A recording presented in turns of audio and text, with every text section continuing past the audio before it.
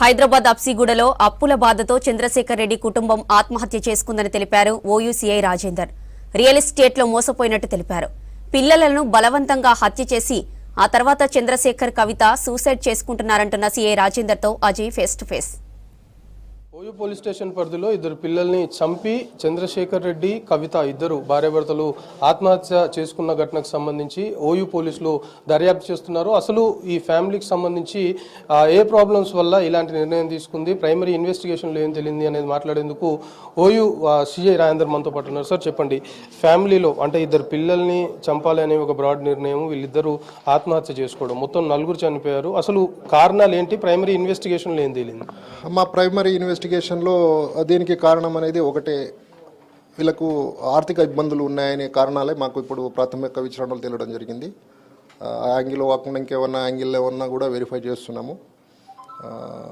ఈ కారణంగానే వాళ్ళిద్దరు పిల్లలను కూడా బలవంతంగా వీళ్ళు అంటే లెగేచర్ మార్క్స్ అయితే ఉన్నాయి, అంటే పాయిజనింగ్ ఉందా లేకపోతే ఏముందా అనేది ఆఫ్టర్ పోస్ట్ మార్టం రిపోర్ట్ మనకు తెలియాల్సింది ఉంది. వీళ్ళిద్దరిని హత్య అంటే ఇక మన పరంగా హత్యనే అది. దాని తర్వాత వీళ్ళు కూడా చేసుకోవడం అంటే సూసైడ్ అటెంప్ట్ కాదు, సూసైడ్ చేసుకోవడం జరిగింది. చంద్రశేఖర్ రెడ్డి గతంలో ఏం చేసేవాడు? మీ పోలీస్ స్టేషన్ పరిధిలో ఎప్పటి నుండి ఇక్కడ నివాసం ఉంటున్నారు? అంటే వాళ్ళ కుటుంబ సభ్యులు తెలిపిన వివరాల ప్రకారం అయితే 2014లో రియల్ ఎస్టేట్లో ఇన్వెస్ట్మెంట్, రియల్ ఎస్టేట్ బిజినెస్ చేసేవాడని చెప్పారు. అప్పుడు ఈయనకు లాస్ రావడం జరిగింది.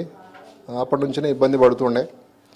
ఇక్కడ వాళ్ళ వన్ ఆఫ్ హిజ్ బ్రదర్ కూడా ఇక్కడ అసిస్టెంట్ ప్రొఫెసర్ కెమిస్ట్రీ డిపార్ట్మెంట్లో పనిచేస్తున్నారని చెప్పేసి మాకు తెలియడం జరిగింది. ఇద్దరు కూడా అక్కడే ఆ కాలనీలో ఉంటున్నారు.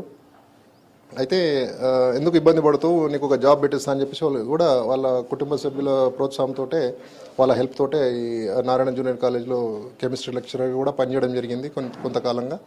ఒక 5-6 మంత్స్ బ్యాక్ ఆ లెక్చరర్ జాబ్ని కూడా ఆయన వదిలేయడం జరిగినట్టు మాకు సమాచారం. ఈ ఘటన మీ నోటీస్కి వచ్చిన తర్వాత కుటుంబ సభ్యులతో మీరు మాట్లాడినప్పుడు వాళ్ళు ఇచ్చిన స్టేట్మెంట్ ఏంది? కుటుంబ సభ్యులతోటి ఈ ఆర్థిక ఇబ్బందులు, ఈ సమస్యల గురించి ఎప్పుడన్నా ఈ ఫ్యామిలీ షేర్ చేసుకున్నదా? షేర్ చేసుకున్నారంట, కానీ అంత డీప్గా అంటే అంత క్లారిటీగా ఫలానా ఈ వ్యక్తికి ఇంత ఇవ్వాలి అనేది ఎప్పుడు కూడా ఎవరితో షేర్ చేసుకోలేదు. ఇబ్బందులు ఉన్నాయి అనే మాట మాత్రం షేర్ చేసుకునే వాళ్ళంట. అది కూడా అడిగితేనే, ఎందుకు డల్లుగా ఉన్నావు అంటే మాకు ఇబ్బంది ఉంది, అప్పులు ఉన్నాయని చెప్పేసి అదే విషయం చెప్తుండే. కానీ పర్టికులర్గా దీనివల్ల అప్పులైనాయి, ఈ పని చేయడం వల్ల అప్పులైన అనే విషయం అయితే ఎవరికి ఇటువైపు ఫ్యామిలీకి చెప్పేవాళ్ళు కదట, అటువైపు ఫ్యామిలీకి ఏం తెలియజేయలేదట. చంద్రశేఖర్ రెడ్డి లెక్చరర్గా పనిచేసేవాడు అంటున్నారు, దాంతోపాటు బిజినెస్ కూడా చేసేవారు అంటున్నారు. అసలు వీళ్ళ ఫ్యామిలీ బ్యాక్గ్రౌండ్ ఏంది? అంటే సూసైడ్ చేసుకోవాలనే నిర్ణయం తీసుకునే అంత అప్పులు చేయాల్సిన అవసరం ఏమొచ్చింది? అసలు వీళ్ళ బ్యాక్గ్రౌండ్ ఏంటి? వీళ్ళ బ్యాక్గ్రౌండ్ ఏంటంటే అంతా వీళ్ళు కూడా భూస్వాములే. ఒక్కొక్కరికి అంటే వీళ్ళు 4 అన్నదమ్ములు, అందరికి కూడా 15 ఎకరాలు వచ్చింది. ఊర్లో కూడా వెల్ ఆఫ్ వ్యవసాయ కుటుంబమే.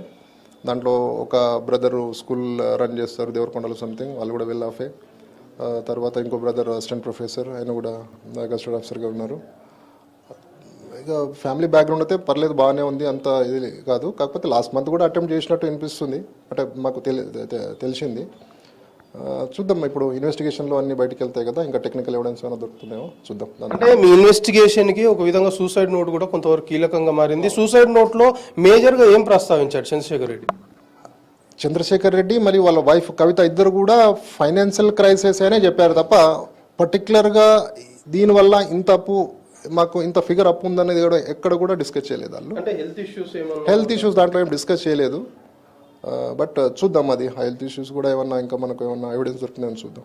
మనం ఫొటోస్ కావచ్చు, వీడియోస్ చూస్తే పిల్లలకు కూడా మార్క్స్ ఉన్నాయి. అంటే వాళ్ళని ఎట్లా చంపినరు అనేది మీకు ఇప్పటివరకు ఏమైనా కొంతవరకు దాన్ని తేల్చారా?